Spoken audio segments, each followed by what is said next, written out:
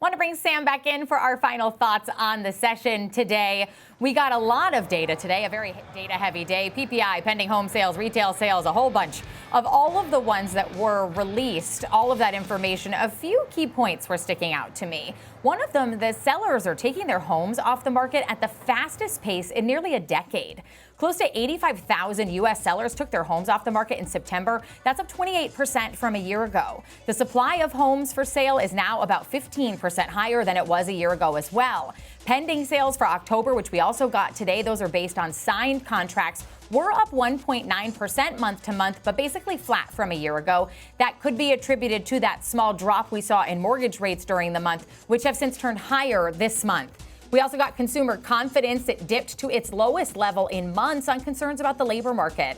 The Conference Board's Consumer Confidence Index fell to 88.7. That was a drop of nearly 7 points from the prior month for its lowest reading since April. It was also below expectations. It came in alongside the ADP releasing its private payrolls data, showing that private companies lost an average of 13,500 jobs a week over the past 4 weeks. The Fed won't have any new jobs data before it meets in December, so these private releases could hold a lot more weight than they have in the past. Sam, what caught your eye during today's session? There was a lot to choose from.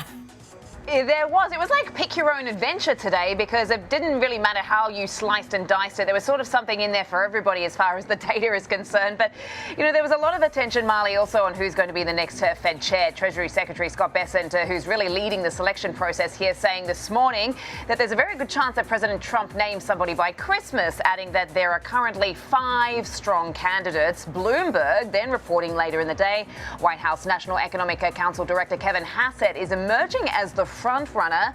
He's seen as someone who would carry out President Trump's preferences on interest rates at the Fed. The markets did get a little bit of a bump following that report. Now, Bessent also spoke about China today, saying its purchases of American soybeans are right on schedule and the relationship is in a good place. He suggested that Trump and Xi could meet 4 times next year.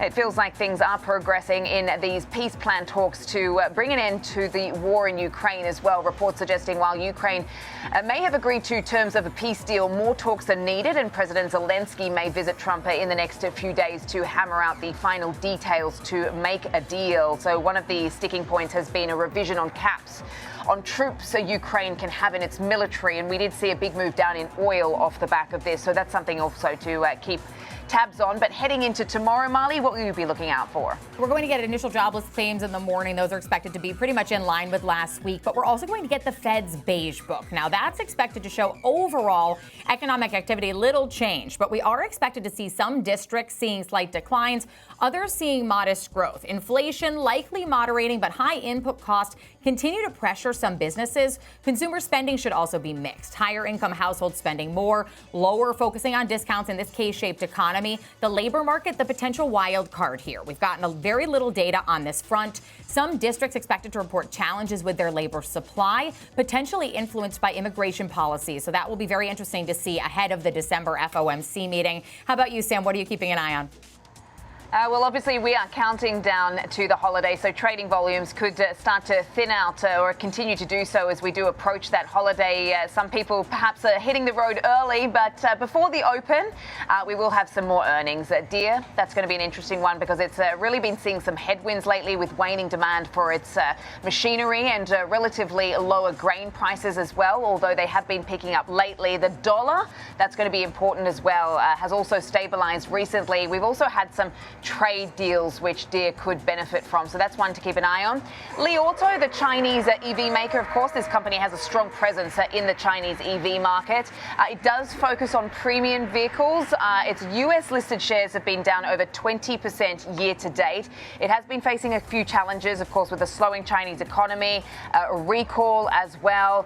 No doubt some of the competition too. So we'll see if that's reflected in the quarterly results when we hear from that company tomorrow morning, Marley. Yes, and we'll have a full day of trading tomorrow going into the holiday with a half day on Friday, but that's going to do it for us on Market on Close.